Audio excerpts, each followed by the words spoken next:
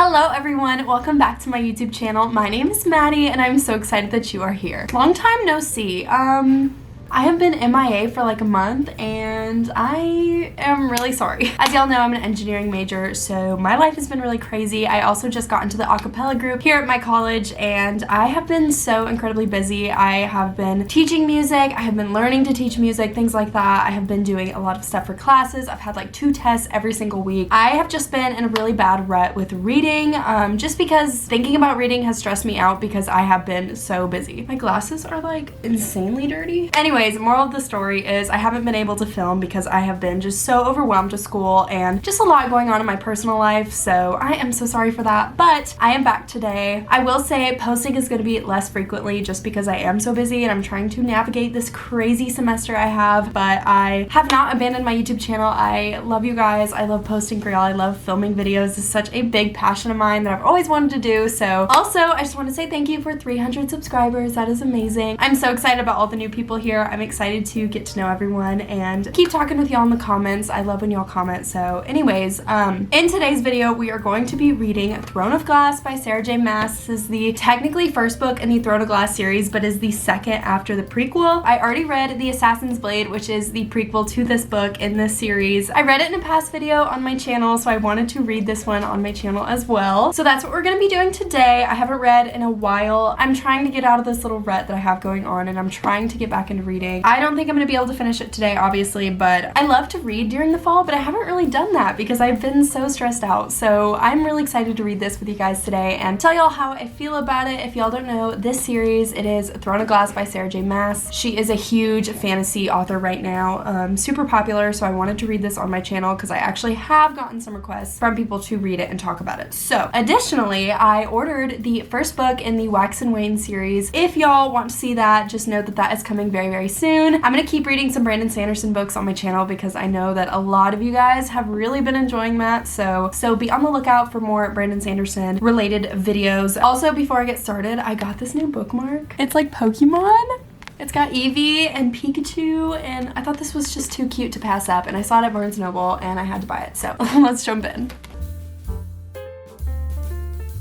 I love when books give like the most beautiful maps. That's another thing I love about fantasy series. They have the most beautiful maps to start out their stories. You can kind of understand what's going on. I want to like illustrate a book series map. Anyways, so spoiler alert, if you do not want to know anything about this series and you're just here for the good fall vibes, then skip through this. I'm gonna go ahead and talk about The Assassin's Blade really quick before I actually like read because this is like the prequel to this book and gives you sort of like what's going on in the story. Basically, The Assassin's Blade follows Celaena Sardothien. She's her kingdom's most feared assassin. She works for the powerful Assassins Guild and its scheming master Arobynn. She only trusts her fellow killer for hire Sam. Basically, Arobynn dispatches her on a mission where she finds out that he's actually a part of buying and selling slaves to make money. So she frees the slaves with Sam and she kind of starts to realize that Arobynn is not who she thought he was. Basically, she's grown up around him. He's basically like a father to her and she's kind of starting to realize that she wants to maybe find her own way in life. I had to pull up the plot on my phone because I don't really remember what happened. Let's be so for real.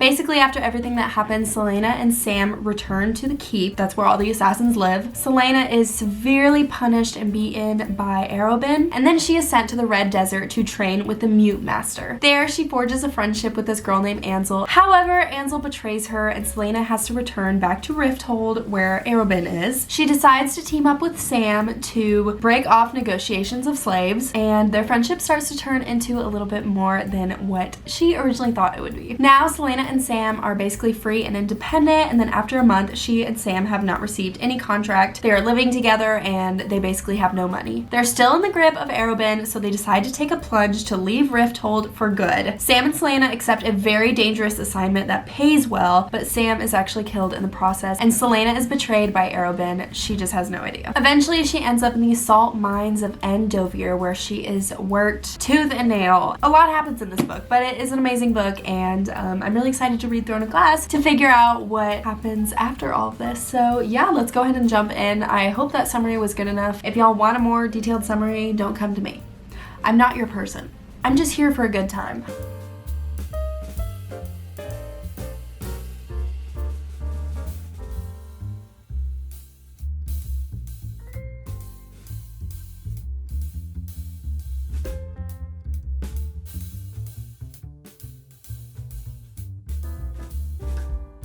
Okay, suddenly she's being escorted? Hello, English? Suddenly she's being escorted by Chaol Westfall, captain of the Royal Guard, after like slaving away in these salt mines for what, how long was it? A year? I don't know what's happening.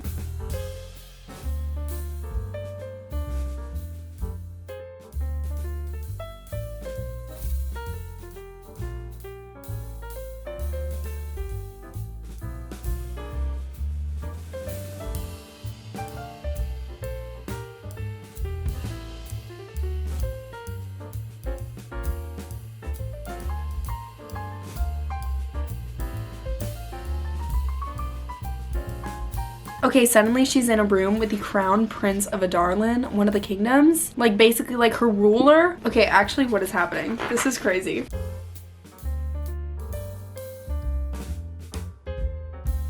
Okay, update. Basically, the crown prince's name is Dorian, and he has a proposal for Celaena. This is only on like page 15. I'm on like 42, but I'm just kind of trying to explain this as I go through. Basically, his proposition for her is for her to become his father's champion, who is the king. She would work for the king as his loyal servant and fight for him, and in return, she would get her freedom, but she has to be his servant for 6 years. Also, the position is not formally offered to her. There is a competition, and there are 23 members of his council to each sponsor a champion to train in the glass castle where they live and ultimately compete in a duel. Were she to win, she would officially be Adarlan's assassin. And then therefore, after 6 years, she would earn her freedom and never be tied down again, which is basically all Celaena's ever wanted. Basically, she has said yes, and now they are going to the castle, the glass castle, which is basically the symbol of the kingdom. Yeah, they're on their way there. She's getting to know Chaol, she's getting to know Dorian, she's getting to know some other people like the Duke Parrington and people as such, but they've just arrived and dismounted, and basically the crown prince is now going to show her her rooms and things like that. But that's kind of where I'm at now. Dorian is really not who she thought he would be. He's a lot sweeter, and she's getting to know Chaol, like I said. So, but yeah, it is insanely good so far. I really, really like it. I'm gonna keep reading and see what happens.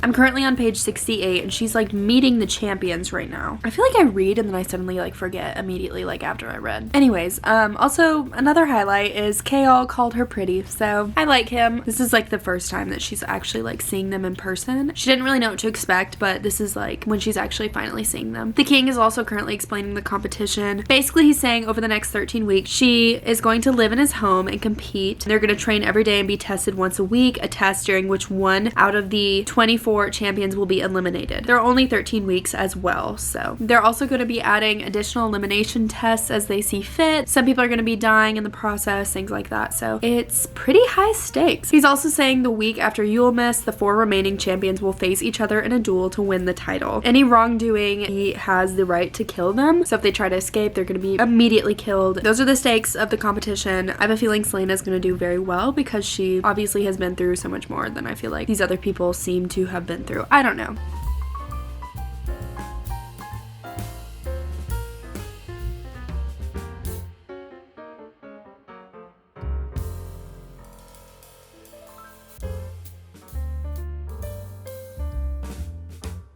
I'm getting over being sick, so ignore if I'm like coughing or dying.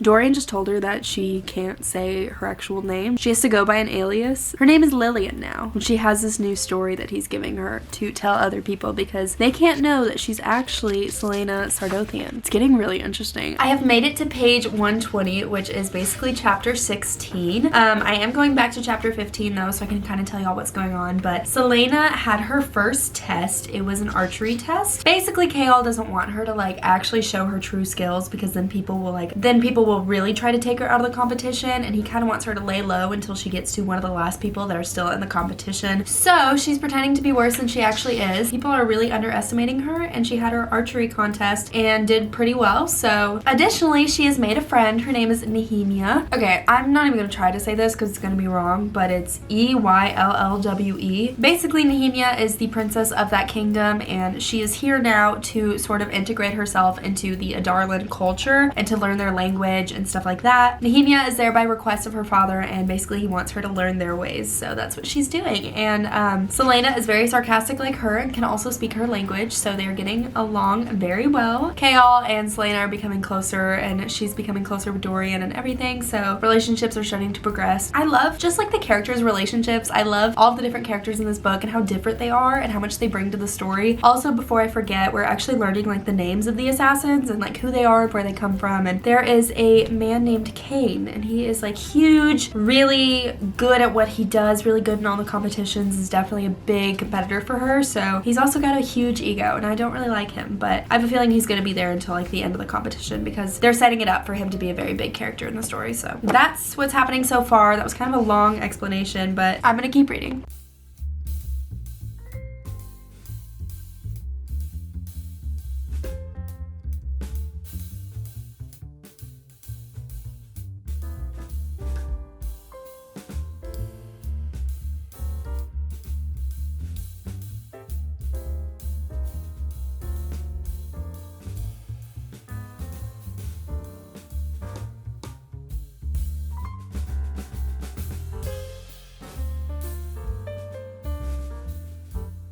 I am currently on chapter 22. Celaena is befriending one of the champions. His name is Nox, and they're basically doing another test right now where they have to climb up, like scale the side of a building, and whoever reaches the flag at the top wins, and whoever is the last is eliminated. Also, Celaena told Dorian what happened with Sam, and they're starting to trust each other more. He's granted her permission to read books out of his huge, massive, beautiful library, and she's a big reader, so he's also found out that she loves to play piano, so he was listening in on her, and I think I'm getting the impression that he's really starting to like her, so I think that that's really sweet, but I don't know who to pick, him or Chaol, because I really like Chaol. And Chaol's kind of the underdog right now. But yeah, they're like climbing a castle for their test, which is insane. Also, Grave, one of the other champions, cut Nox's rope while he was scaling the castle, which basically means he's going to be now falling to his death, but I just read the first sentence on chapter 22, and Celaena is saving him because they're friends, and I think that that's really cool that she's making new friends, so that's my update. Also, I will say I find this book very easy to get through. It's like this compared to the Stormlight Archive book 1, Way of Kings, that I read in the last video. This is really easy because the pages are so little compared to that book and easy to get through. I really like this book. It's really quite easy to read.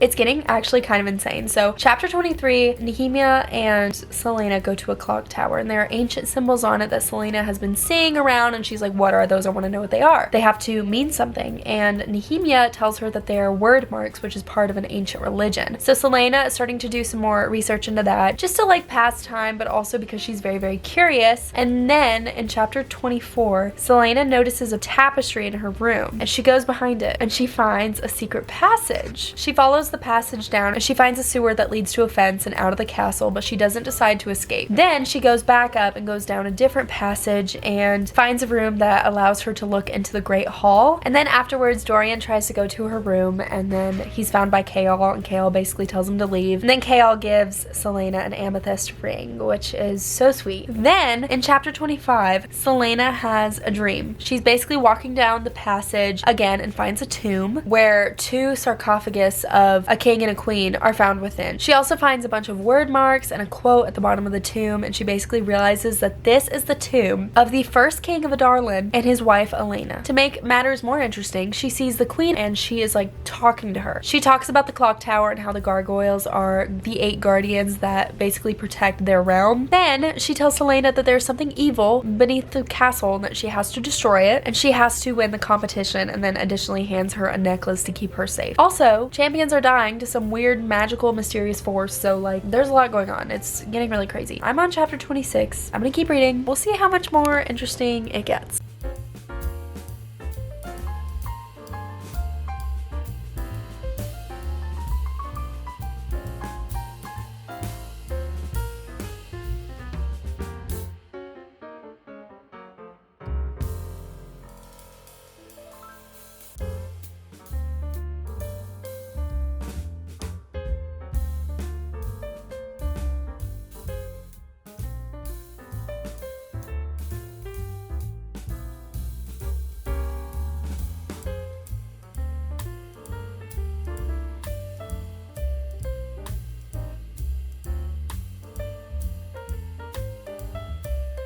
This is probably going to be the last update for today. I'm probably going to stop after this little bit that I tell y'all. I'm on chapter 29, so I've made it pretty far. I'm on page 216, so did pretty good. But basically in the last couple of chapters, Xavier is found dead. His body is like half eaten. So Celaena's kind of realizing that other champions could not do this, and this has to be some like magical weird force. Additionally, Xavier's body was found with word marks on the wall next to it. And Celaena also finds out that Cain knows who she truly is. So then Celaena basically tries to do some more research on the word marks and what they really are. She finds out about word gates. They're like portals, and they can be accessed with word marks. They can open into other realms and let other creatures in. So she's starting to assume that that's probably what's happening, that there are weird creatures in the castle that are killing the champions and doing a lot of evil. So then Dorian and Celaena basically play billiards together. She's realizing that she's starting to really like him, and the next test she finds out is basically going to be sparring. That's pretty much the details. Hello everyone, it is the next day of filming this video, but yesterday I left off on chapter 29 of Throne of Glass. So today we're just gonna keep reading. I'm on page 216, so I'm gonna keep going and just hang out and read with you guys, and then we'll see how far I get today. I'm assuming I'm not gonna get super far. This is probably going to go into tomorrow as well, this video, so. But I'm gonna try to read as much as possible, and I will update you guys on how I'm feeling about it.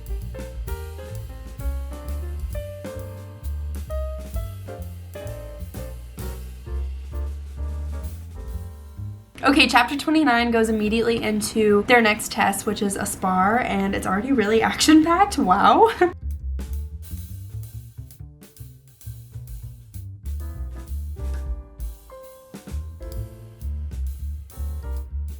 Celaena is currently sparring against Varen, and he is taunting her and being very rude, so I have a feeling she's not gonna hold back.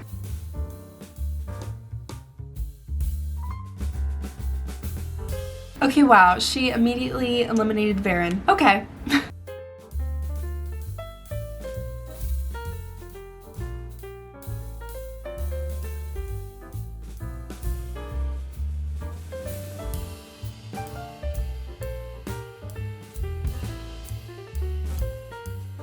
I think I mentioned this before, but there's a girl named Kaltain. She is very jealous of Celaena and her relationship with Dorian, and Kaltain really wants to end up with Dorian so she can get a claim to the throne, but she's currently with the Duke Parrington and she's very unhappy about it. And I have a big feeling that Kaltain is going to become a very important player in this story. She's definitely going to end up probably doing something about Dorian and Celaena's relationship. I have a feeling.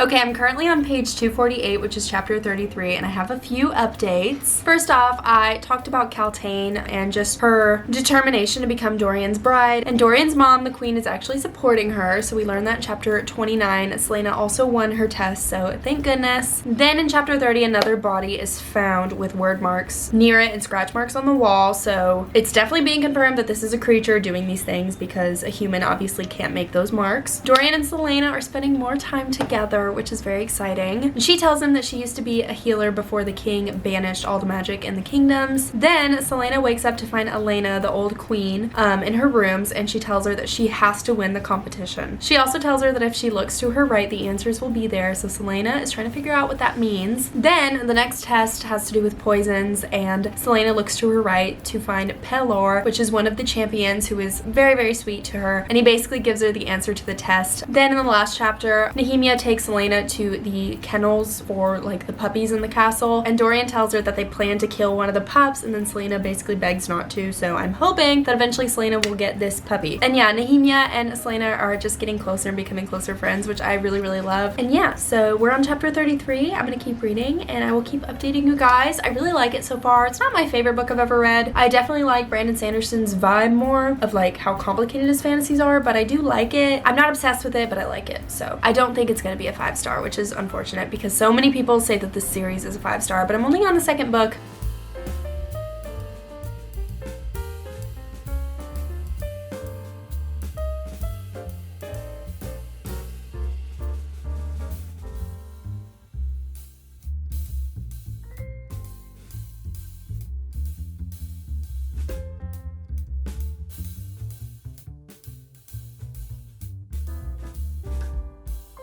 Okay, wow, update. I had to pause and update you guys because this is crazy. So Nehemia is the princess to the kingdom that had that weird spelling that I couldn't say. Many of her people are rebels to the king and are basically rebelling against him. And basically a legion of Adarlan's army captured 500 rebels hiding on the border of Oakwald Forest and the Stone Marshes. They were supposed to go to be prisoners of war, but some of the rebels tried to escape on the journey, and the soldiers killed them all as punishment, even the children. I am wondering how this is going to affect their relationship with the king and Celaena. Oh gosh, something has begun.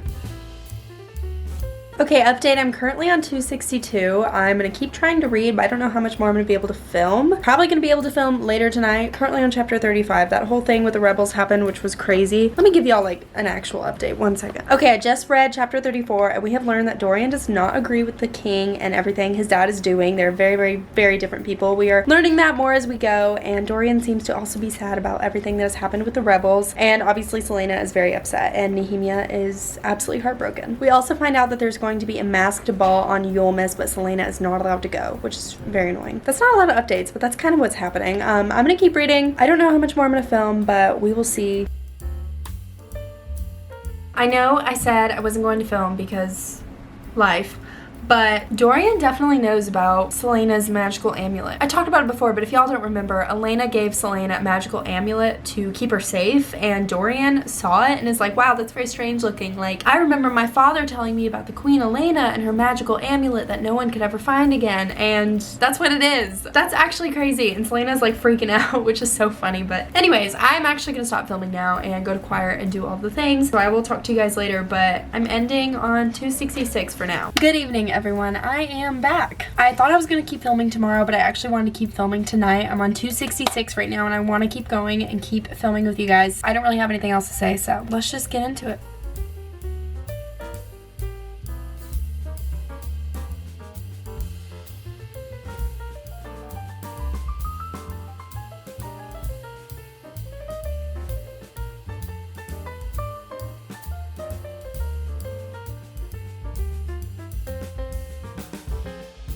There's a word mark underneath Celaena's bed. That makes me really nervous. I still think that someone is somehow opening some word gates to let in creatures or a creature or whatever to kill the champions. And now there's a word mark under her bed, so I'm scared.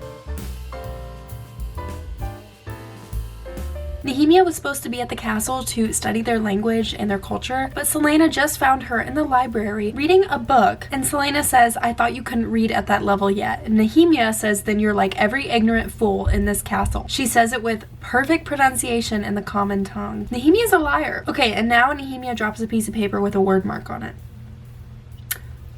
Okay, quick update. I've been sitting here and reading for a bit. I'm on 302 now, which is chapter 40, so I'm making my way through. A lot has happened, so I'm gonna give y'all some updates, but basically Dorian gave Celaena that puppy that he said he was going to kill, so yay! Celaena is also convinced that Nehemia is behind the deaths that are occurring around her, so she decides to go to the Yule Ball, which she's not supposed to go to, and keep an eye on her. So basically she tricks the guards outside of her room to let her go, so she ends up going. Dorian and her also dance and have a very romantic moment and kiss, so yay. And Chaol seems very jealous, which makes me kind of sad because I'm still kind of on team Chaol. Like, I want to be on team Dorian, but I feel like my heart is on team Chaol. Also, I had to pull up a little bit of the summary, kind of, because I was a little bit confused about a part, so that's why my phone's right here. But so now I'm on chapter 40, so I'm gonna keep reading.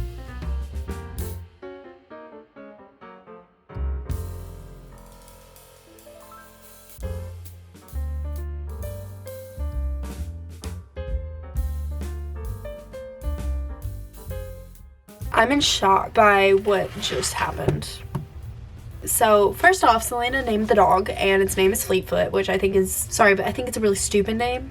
I don't like it. Then the Duke tells Lady Kaltain, who has it out for Celaena, he tells her who Celaena really is, and that she's not the jewel thief that everyone thinks she is, that she's actually Celaena Sardothian, which is like a big deal. No one's supposed to know who she is. He also tells Kaltain that he should kill her before the duel and slip something like into her wine. And then after that, to make matters even more crazy, Celaena is doing research on the word marks, and she's doing research about like what they mean by the bodies, whatever, and she figures out that these bodies are for sacrifices to the Ritterak, which is like this terrifying monster thing. But she finds out that whoever is summoning this creature is sacrificing these bodies to the creature so that the summoner can have the strength of the people who are killed. So basically, whoever is summoning this Ritterak is trying to become the most powerful by very insane means. Then she goes down the secret passage and figures out that it is Cain summoning the Ritterak. He also tells her that she was his next victim, and he locks her in the room with him, and the Ritterak tries to kill her. And then she runs down this other passageway that goes to where the bodies of the king and queen lay. Then she grabs the king's sword and kills the Ritterak, which bites her in the process. So she basically almost dies. That's pretty much everything that happened. Oh my gosh, I'm like in shock by what has happened, but that doesn't mean that this is over. But I'm on page 318, so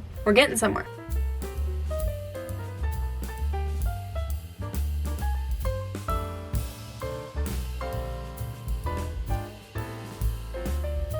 Okay, we just found out that Nehemia healed Celaena's hand with magic.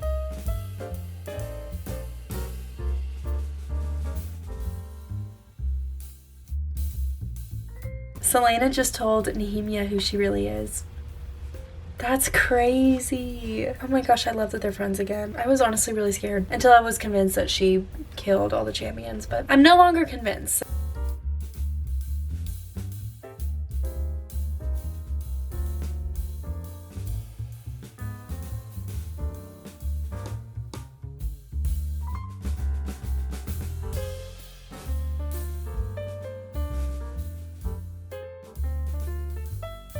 Okay, I just made it to chapter 47. Mini update, Celaena and Nehemia are best friends again, which I'm so happy about. Celaena also warns Nox that he should leave the castle, and then she tells him everything, who she is, where she came from, and what. She didn't exactly tell him what's going on, but she kind of gave him a clue. So he leaves the castle, which means the duel is now happening tomorrow in this timeline. But her, Grave, Renault, and Cain are remaining, so it's getting really intense, and I am assuming that we're about to figure out who's going to win the duel and who is going to become the champion. So I'm assuming in the next couple chapters we're gonna figure out who is the champion. I'm gonna go shower probably. I'm gonna read. I'm probably not gonna give another update tonight because I'm gonna be so honest with you guys, I'm not gonna be on camera after I showered. So I will update you guys tomorrow, and hopefully I'm gonna finish this tonight, but I'll give you like a final update tomorrow. Okay, it is the next day. I finished Throne of Glass last night in bed. I did not film it, but I really enjoyed this one. I didn't like it as much as I thought I would. Thought it was gonna be a 5-star because most people rate this series a 5-star,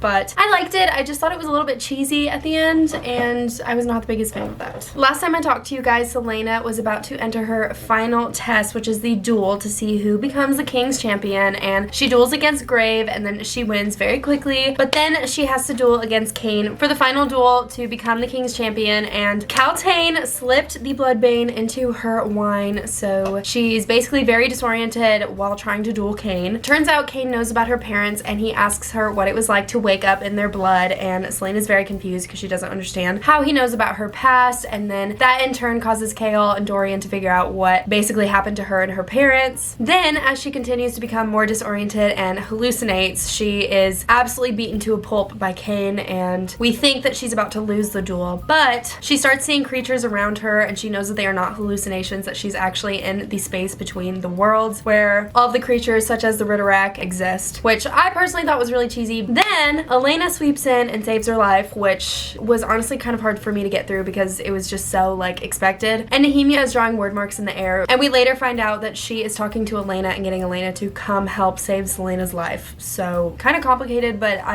it was hard for me to get through. Then Selena wins against Cain, and while she's turned around with Dorian, he tries to stab her in the back, so Chaol actually kills him. And we find out that Parrington has been scheming against Kaltain this entire time, and Parrington tells the king that Kaltain drugged Selena. We basically find out through that Parrington and the king are working together, and we find out that Nehemia can actually see what Selena was seeing during the duel of all the creatures in the Ridderak and such. And Nehemia comes from a family who has a long generation of people who can see the same thing and who can use word marks and know a lot about the magic that comes with those. We also find out that Nehemia opened the portal to let Elena come help Selena. So basically Nehemia was really good this entire time and has been trying to protect Selena, and I was pretty much convinced that she was evil. So we also find out that the king knew what Cain was doing this entire time and is also involved with this magic. So there's a lot we don't know that I'm assuming we're going to learn in the next book. In the end, I gave it a 4 stars, but I don't know if I'm going to stick to that rating. I really liked it, but I thought it was a little bit cheesy at the end, so it might be a 4.25, it might be a 3.75, I don't know, but I'm glad we got through this. It did kind of help me with my little reading slump at the moment. I did enjoy it just because of how easy it was to get through, but I was not absolutely obsessed with it, so it was kind of a bummer, but I'm glad that I read it, and I am going to keep reading all the books in the series. That was the video. I hope y'all enjoyed. I hope y'all had fun watching me react to everything that was happening. I normally don't do that in my videos, but I tried to do it this time because a lot of people have been asking me to do that in the comments, so I love y'all so much, and I will see y'all in the next one. And again, be on the lookout for the Wax and Wayne series. I'm gonna read that and film it as well and read more Brandon Sanderson books, so I'm very excited about that. I love you guys, and I will see y'all in the next one. Bye!